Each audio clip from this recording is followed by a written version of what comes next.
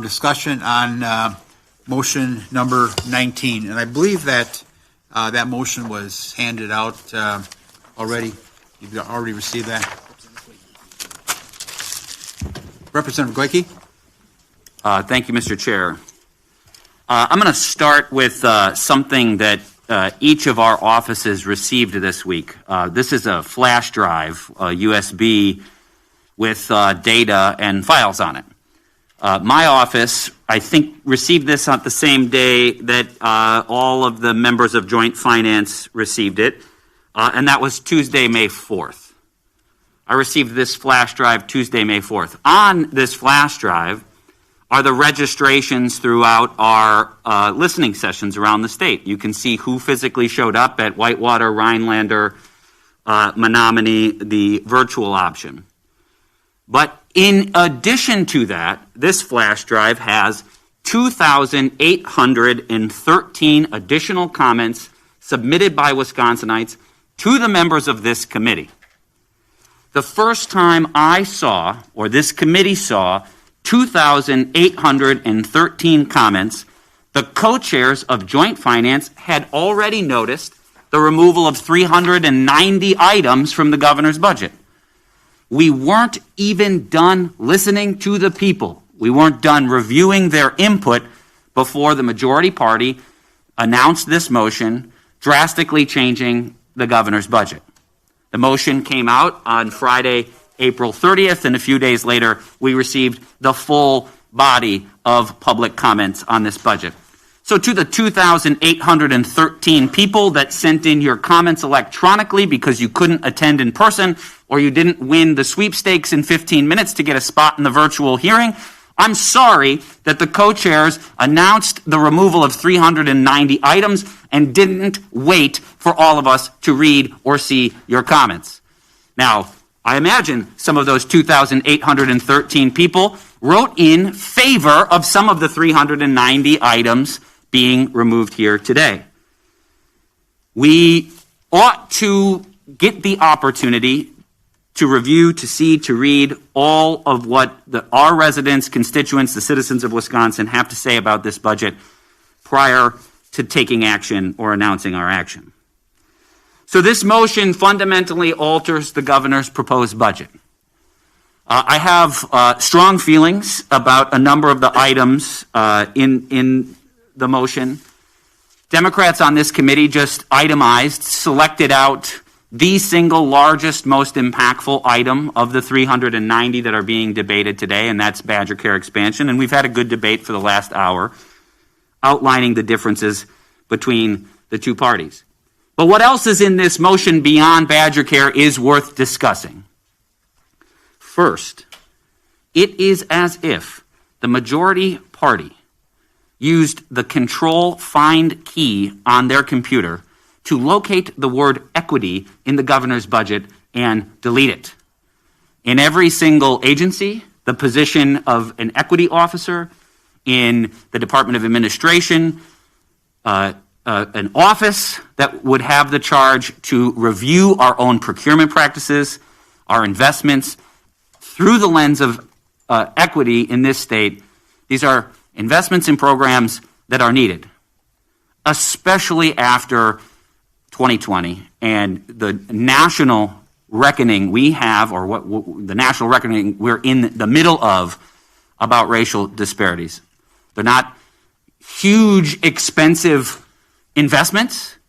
They're just intentional investments to have people who have a seat at the table deciding programmatic investments and contract recipients to ensure that we view those state investments and state decisions with a lens of equity.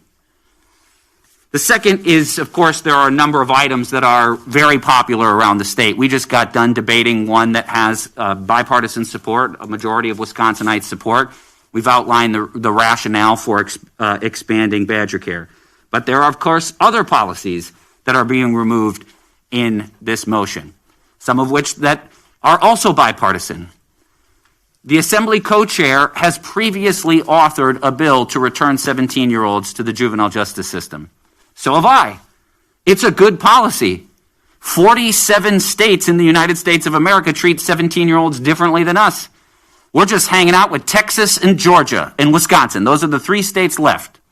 Bipartisan bill in the past.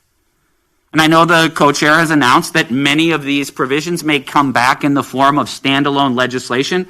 But let me tell you, as a legislator that has introduced standalone legislation to raise the age of juvenile jurisdiction, that bill faces a much less certain fate in the legislature than putting the item in the budget.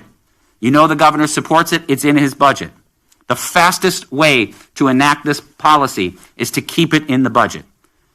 The way you jeopardize passing this provision is pulling it out and having it a standalone bill. And it's an idea that has fiscal consequences for counties. It should be in the budget. Now, many of the provisions that are in this motion are being acted on by Republicans in other states. This is, you look through the list, and there are conservative states that are reforming our criminal justice system.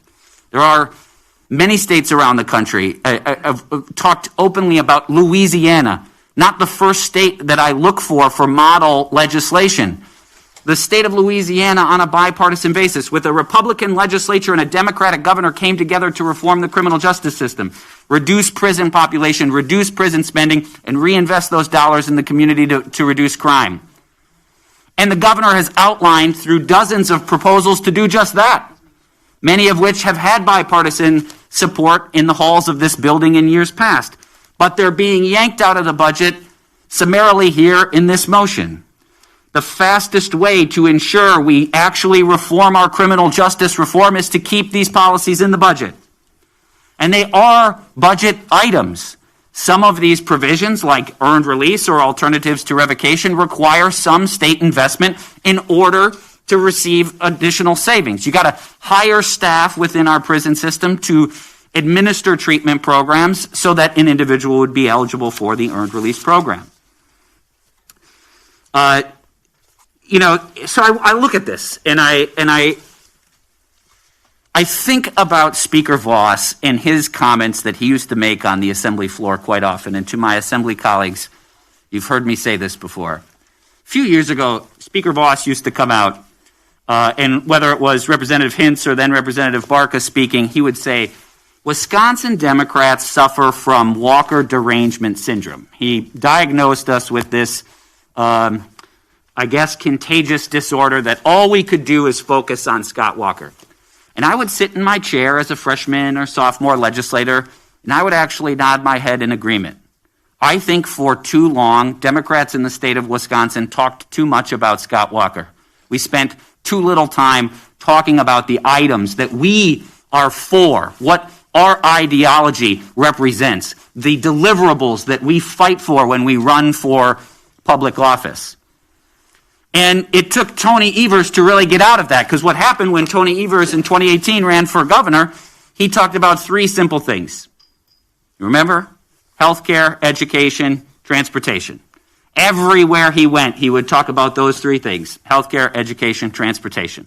Almost a broken record, those 3 things. And he won.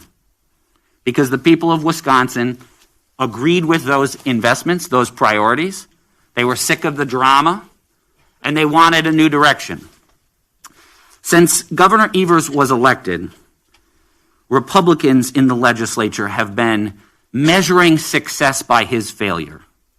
I have worked hard to coin the term in respect to Speaker Voss that Republicans in the Wisconsin legislature have the Tony Evers fever. That's not as, I don't know if it's good or better than Walker derangement syndrome, but it's what I got. You're in the exact same place.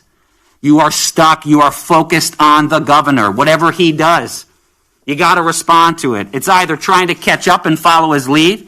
When he puts the benchmark on public education investment, you guys are scrambling to meet it or halfway there. And if he says something that you got to pile it on through press release or press conference or legislation. You spent the majority of the last couple of years defining your victory by the defeat of Tony Evers, whether that's in the halls of this Capitol or hiring private lawyers to sue the administration over and over again. I was driving home a couple of weeks ago through Jefferson and Waukesha County, through now Senator Jagler's district. And so I was listening to the radio, listening to a Brewer game or a Bucks game, and some of the ads came on for now Senator Jagler. And it was all Tony Evers. It was, I got to get elected so I can go there and stop that bad guy, Tony Evers. The entire election was defined by opposition to Governor Evers. And here we are, the Republicans in this motion are taking 390 items out. The party of no standing against the governor's agenda. We should not do this. We can do this agency by agency, but doing it summarily in one motion just signals the depth of your fever. Thank you, Representative. Co-Chair Bourne?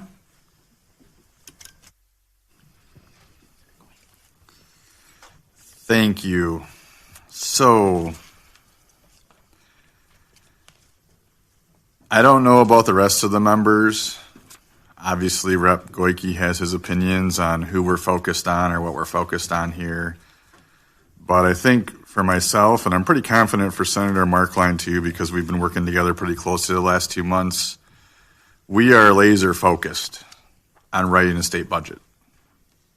And does Governor Evers play a role in that? Sure he does. Legislature plays a role, the governor plays a role. But I don't have, fever or whatever. It's hot in here. I can tell you that. I'm watching the temperature go up like it always does, which maybe thinks you have a fever or someone has a fever, but it's just this room. It heats up as we're in here. I've always wondered if that was something DOA was doing on purpose, but I don't have any evidence of that. I've wondered because it does get hot. But we're focused on writing a state budget that invests in the priorities of the people of Wisconsin. We know the governor sent us a budget. That's part of the process. His budget, unworkable, unrealistic, unsustainable. So we are here today with several motions. Wasn't a secret. We noticed it on a Friday. We're voting on several things. This is the first one now. Removing the policy, setting the budget to base, back to the basics, as Senator Merklein called it earlier today. Some standard budget adjustments and other changes to set the base. Wasn't a secret. Senator Merklein and I, Speaker Voss, Senate Majority Leader Lemieux have said it publicly in the last 2 months, probably hundreds of times each of us. The governor's budget was built on sand. It was filled with these divisive policy items that we have before us right now. These are all things we were not going to do. We're going to be going back to base. I think Leader Lemieux might have said it the first night. Talked about base already then. So none of this should be a surprise to anyone. The governor's budget was not done in a responsible way. It's our job to craft a budget that's responsible, that's reasonable, that invests in the priorities of the people of Wisconsin. So we're going to take several votes today to set the process to do that, and this is the first one. And this one is all about the divisive policy. I should mention, as I've just talked about, what we're doing is no surprise, and it's the Republican plan to start the budget process back to the basics, as my colleague called it. But yet, this morning in our papers, or yesterday online, however you read them, we saw that the budget creates a $3.4 billion gap. That's the headline. This is what we call in my district fake news. And this, folks, is why people have lost faith in the media. Because this isn't at all what I just talked about. This isn't what we noticed. We noticed this on Friday. Here are several actions the committee is taking. And this splices one of those actions out off of a memo that the minority party asked to have drafted, because if you ask for the right things, you can get a variety of memos. And they convinced the media to write a story about a giant budget gap. Except for we have several actions in this notice. Several things that we have talked about for months in public. A number of those have been in the media. I've done television interviews on a number of stations saying we're going back to base. This doesn't reflect base. This is the media writing a story on a memo that you got that's a splice of this. Again, it wasn't a secret. It wouldn't have been hard to figure out. There's public comments. It's noticed. I mean, the reality is when we take all these actions, we're going to have about a $2.5 billion surplus. So I don't know how we fix that with the stories. I mean, is there going to be coverage of what we do today? How do you write a story saying, oops, we were $5 billion off? The action that the Republicans brought forward is actually $2.5 billion on the positive side, not $3.4 billion in the hole. You're going to say we convinced them to change their plan? No, the plan was noticed on Friday of last week. There's no change. We've talked about it for months. This is why people don't know what to believe anymore when they read, and why they've lost faith in the systems that used to take the real news to the people. This is junk. It's an embarrassment. Back to the motion before us, though. Representative, I couldn't be happier that Representative Goyke used the 17-year-olds into the juvenile justice system as the example. Because, and I wish, my staff said to me after the press conference, why didn't you say 17-year-olds when they asked you if there was something on this list that you'd introduce as a bill? Because I have already agreed to introduce it as a bill. And the reason it didn't come to mind was the reason I answered it honestly. I haven't been looking at this list for bills to sponsor. That wasn't the purpose of this list. But for all of us, there are things on it. And I have already been in discussions with Senator Petrowski and agreed to be the Assembly lead author on 17-year-olds back in the juvenile justice system. So it is a bill that I will bring forward. I have been the lead author in the Assembly on it before, several years ago. I imagine it'll be a bipartisan bill. I imagine that, we'll have great discussions on it. And, is there a guarantee that it will pass? No, of course not. That's not how the legislative process works. I mean, it would be great if all of us could just introduce our bills and know that they would automatically become law, but we'll have to work through the process. We'll work through the committee process. This is a policy change that will work through a committee process. That's the point of this motion. All of this stuff makes substantial changes. Yes, there's some fiscals tied to some of it, but we can do a bill that has a fiscal impact. We do them all the time. We can do them before the budget with certain things. We can do them afterwards. There's ways to do this. But these are major policy changes. There's almost 400 of them. And that's why this is before us. Not because we hate the governor or we got some kind of fever or we got, we can't do any of this stuff. No, we don't do this stuff in a budget. These are things that are part of a legislative process. Sometimes they take several sessions to do. The 17-year-olds is a good example of that. It's been around for a while. We haven't figured out how to get it done yet. But it's not a budget thing. It's something that we will work through the process. And I hope we will accomplish it this time. Thank you. Follow up on Co-Chair Bourne's comments. I mean, there's a number of things that are on this list that are already in current law. The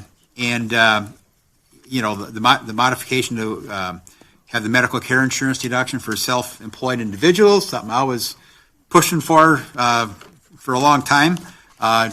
Extension, teaching hours for farmers. I mean, that was something, that's my bill, and has been signed into law. So some of this stuff's already in law, and I'm ready to address it. And Representative Goyke, I have really good news for you.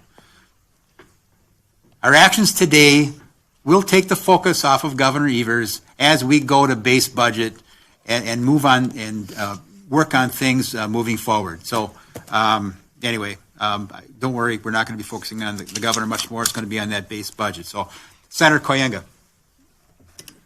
Yeah, I'm proud to announce that I am fully vaccinated. I do not have the Walker derangement syndrome or the Evers fevers. So great news. I do agree with Representative Goyke. You look through this and you see a lot of the word equity. And if you did a Control F and look for equity, there's a lot of equity words here. And that seems to concern you.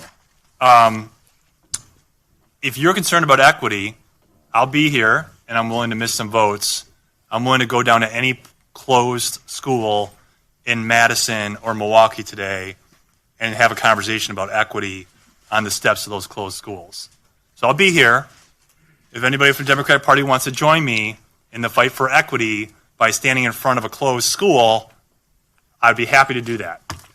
Let's go do it. Because your problems with equity are going to be the fact that inequitable treatment of education in Wisconsin right now. This is my fever / derangement syndrome, is that the schools are closed, and once again, Republicans are getting beat up for equity conversations when the schools in our districts are open, and we're pushing to open other school district schools. And the schools that are open in Milwaukee, like the Milwaukee College Preps and the other charter schools that are knocking the ball out of the park, in retaliation in part for being open, Milwaukee Public Schools won't re-up their authorization, they're leaving them. I mean, this is what inequity looks like. So there's some words equity in here, but the words equity aren't words in a bill that is a political document. Equity is a real life thing that begins with our schools. So I'll be here. If anybody wants to go and stand in front of a school, I'll go stand in front of the school and we'll talk about equity and then we'll go from there. But in regards to that, I mean, that's where the conversation equity should be. And a lot of this is just, this was not a serious proposal as far as, I mean, there's stuff in here that is just political, strange, just straight up political, and deserves to be considered on its own. I'm looking for those conversations. So I'll be here if anybody wants to go stand in front of a school and talk about equity.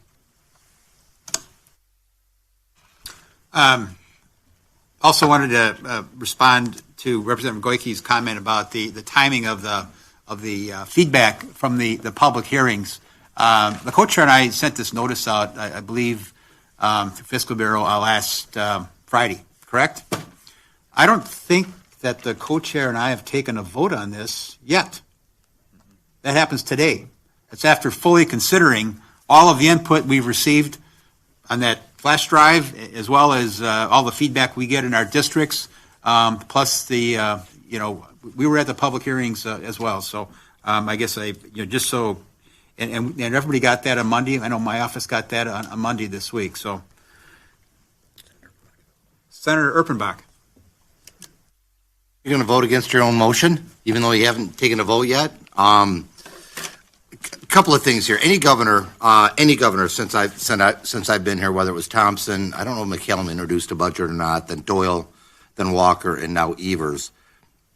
I've said this before. A budget is an opportunity for any governor on either side of the aisle to talk about what's important to them, and talks about priorities for the state of Wisconsin as they see them. Are some of them policy? Yeah. Are they taken out? Yes. Here's what I don't understand, though. If there's an agreement between Democrats and Republicans and the East Wing when it comes to 17-year-olds, why not just keep it in the budget? Why take it out and slow it down? If there's an agreement, and obviously there's some money involved, so it's not just policy. It's fiscal, too. If there's an agreement, we are tripping over ourselves in agreeing but not getting anything done. So I don't understand why that's being removed. I certainly understand how the Republicans can see a laundry list of things within Governor Evers' budget, and you see it as, the Democrats' dream budget and so on. Yeah, there's some great things in here that are being taken out, and that's too bad. Maybe they're going to be added back in, maybe not. And then the argument that policy needs to come out, yeah, it needs to come out, but I tell you what, Mr. Co-Chair, I don't know how many budgets I've dealt with where policy was stuck back in at the very end to get somebody's vote on both sides. Yep, policy comes out, but policy is going to end up back in here. And it's going to be a reflection of the Republican Party and where their priorities are. And some of it's going to be policy. So I guess I'm going to get back to the idea that if there's an agreement on something, and the governor put it in his budget, I don't know why it didn't stay in there. I don't understand why it didn't stay in there. If there's an agreement in concept but not in details, Why are you taking the opportunity off the table now? And we will not be able to revisit this issue, according to the co-chairs, as we move forward. Again, why limit yourself if there's an agreement in principle on an issue? I don't understand that. And then when recrafting the budget, I just need to say this one more time, and putting the budget back together and getting back to basics, the whole idea of retro, it's cool. I've been watching a lot of MTV, just the music video channel lately. It's retro. It's getting back to basics. The idea that we are not going to fund schools to the level that we could have because we don't have the money when we did have the money with $1 billion. The idea that we can't get special education back to where the governor suggested because we don't have the money. All of that stuff is it's going to ring hollow because we had an opportunity here and now that's been taken off the table. So I would hope while the chair, not the co-chair, Senator Merklein, debates back and forth whether or not he is or is not going to support this motion, I would hope that he would vote no. Thank you. Thank you, Senator. I'll share my philosophy on putting policy, in the budget, and obviously it's been done by both administrations. But in 17-year-old issue, that legislation, I believe that, and I've had a chance to talk with Director Lang about this, I believe we get better legislation, better bills if they go through the legislative process as opposed to the 16 of them. We may agree in concept here, but, face it, we don't sometimes have the, all the details and all the input and all that. You go through committee hearings, and that's where I think a lot of these good bills, good concepts become better, and so whether it's the 17-year-old thing or not, I guess that's where I'm at on that philosophically. So I want to talk a little bit about the non-fiscal list that Director Lang prepared for us. Could you just comment briefly? I mean, this struck me as being a pretty long list this time around. And how does that compare historically to prior governors' budgets? So what we've done going back decades is started with the chairs of the committee many budgets ago who felt that there were certain items that were not primarily of a fiscal nature that should be removed from the bill and taken up through separate legislation, similar to the discussion you're having on the 17-year-olds. So we put that list together. It went to the chairs, and it went to some of you that are on the committee and some others who are not on the committee in the legislature. And what we typically have done is we put things on our list that are primarily non-fiscal, or if there is fiscal, that the policy outweighs the fiscal aspect of it. Another one that we do is we list things that have been the subject of non-budget legislation. The chair mentioned a couple of bills that have already been signed into law that are on the list, so they would be taken off.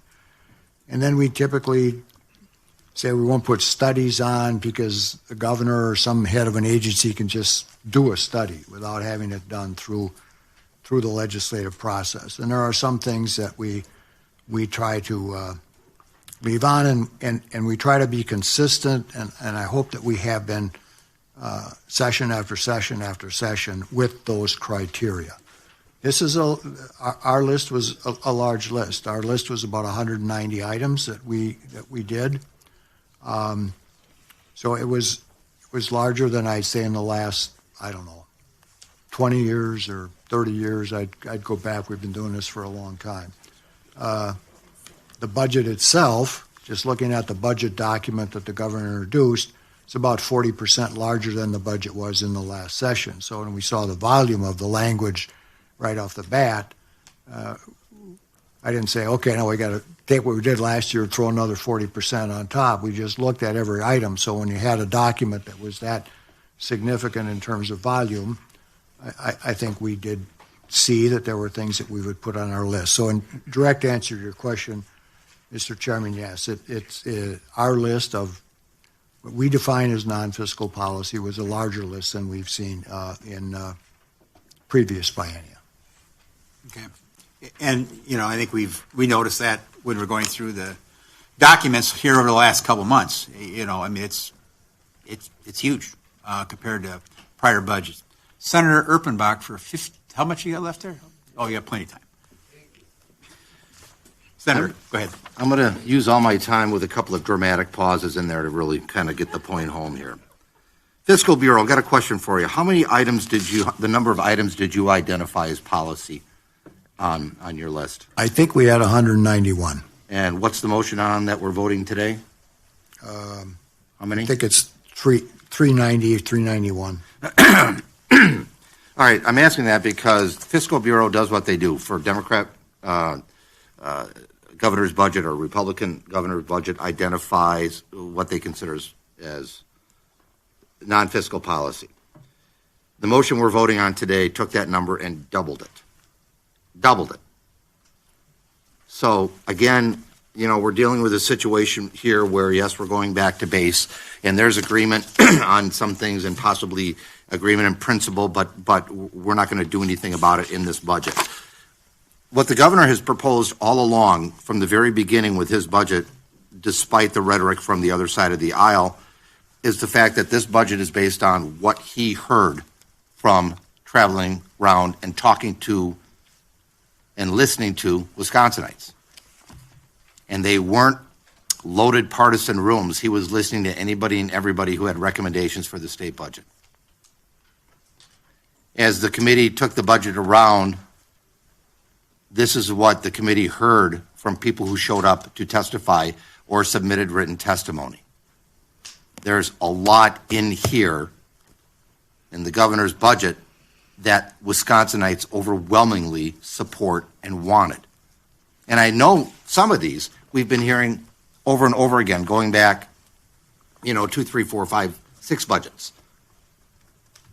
So this isn't a wish list in this budget that the governor put together for himself or for the Democrats or for Dane County or whatever. It's what Wisconsin wants. It's what you heard, Mr. Chairman, when you went to the listening sessions that Finance had. This is what the majority of people who showed up to testify, submitted written testimony, wanted. This is very much, and it's, the term that's been thrown around before, the people's budget. This is items in here that they want. And yet we're taking a list of policy items as defined by the Fiscal Bureau, doubling it, in one fell swoop, dumping a lot of stuff out of the budget that people want. Again, I would hope that we wouldn't do this. I would have hoped that there would have been a little more compromise between the Republicans and sitting down with the governor when the governor asked them to sit down and talk about it. Never happened. So I would hope, I know what's going to happen with the vote. I'm done saying I would hope we wouldn't, that we would vote against this. I know what it's going to be, but I do think it's the wrong move. It's ignoring the voices of hundreds, thousands, millions of Wisconsinites. The way the governor had the budget set up, it presented opportunity for everybody in this state if they wanted to take it.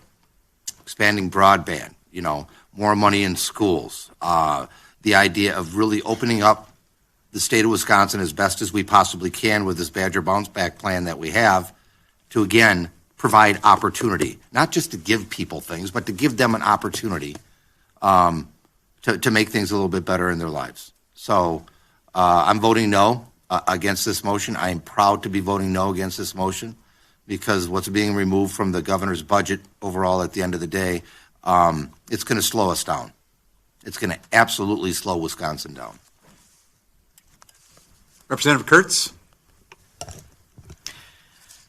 I've sat here and I've listened intently to everybody's comments, and it's interesting because you talk about, Mr. Lang, that these have doubled. Well, they've doubled because the governor put 1,846 pages of fantasy in his budget. So of course it doubled. We're taking a lot of things out that he knew and everybody in this room knew would not happen, period. It's 1,846 pages of fantasy. Just like the newspaper article that Representative Bourne talked about yesterday, that we're going to be over $3 billion in the hole, with the actions today will be $2.5 billion in the positive. Those are good things we need to talk about. And I'm quite proud.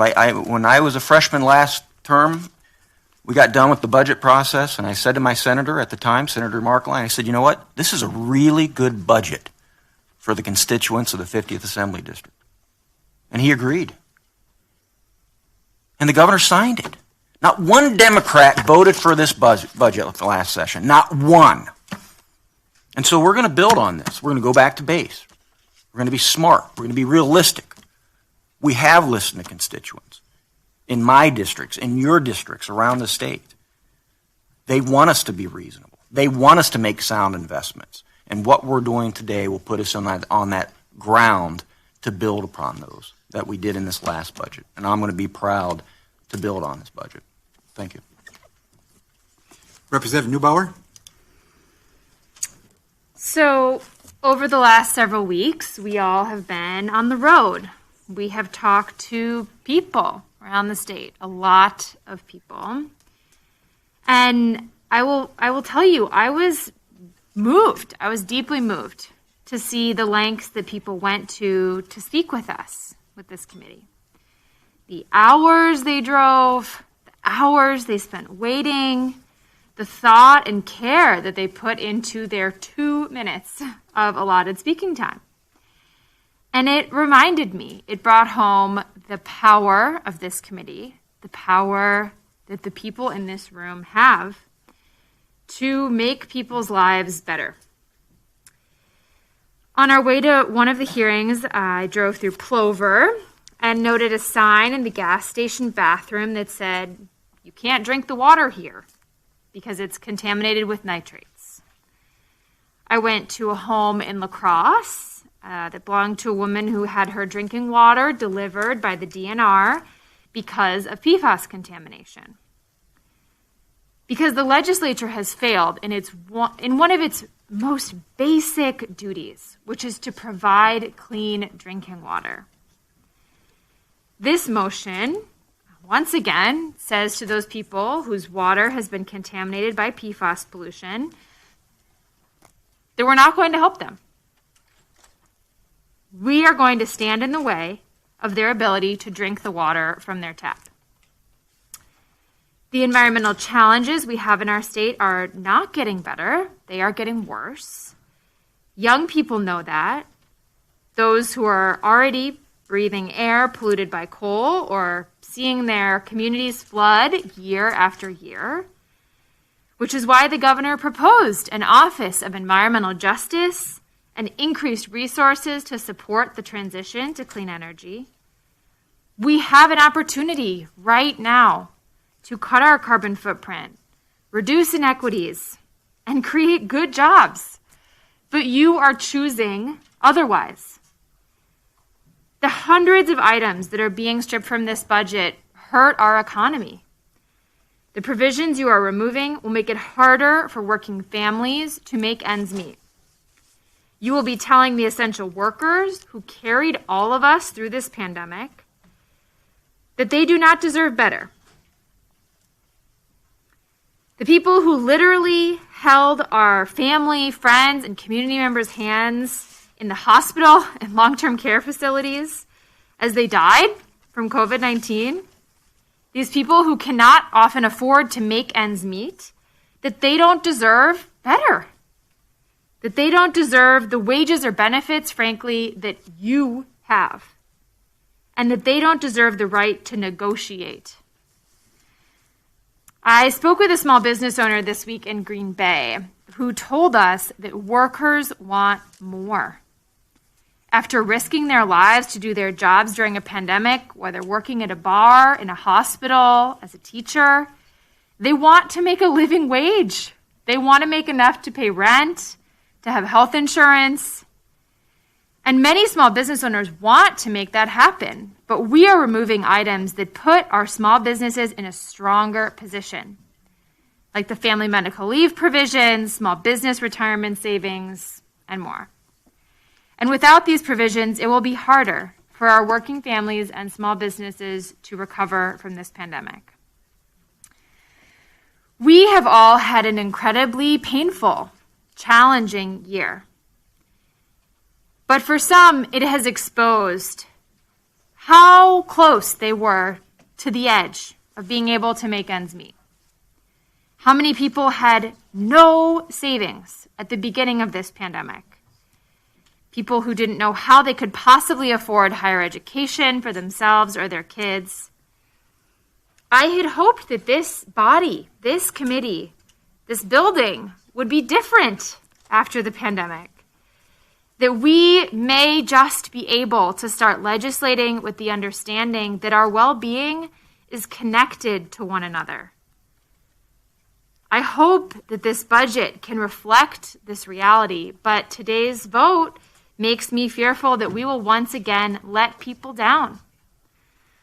I fear that we will let down the people who drove across the state to share the ways that this budget will make their lives better, or could make their lives better. Back to basics is not enough when people are drinking poisoned water. Whether it was criminal justice reform, asking us to allow their undocumented neighbors to have driver's licenses, the people I spoke to in Wausau who wanted their native children to be able to learn their own history in school, people are asking us for better. And we have the power right here in this room among these people to do better for the people in Wisconsin. And I hope that we will take it. Thank you. Any other discussion on motion number 19? If not, the clerk will call the roll. Senator Merklein. Aye. Strobel. Aye. Koenga. Aye. Felskowski. Aye. Bernier. Ballwig. Erpenbach. Johnson. Representative Bourne. Aye. Bohnbeck. Aye. Katzma. Zimmerman. Rodriguez. Kurtz. Goike. Neubauer. There are 12 ayes, 4 noes. The motion passes. We'll now move on to next item.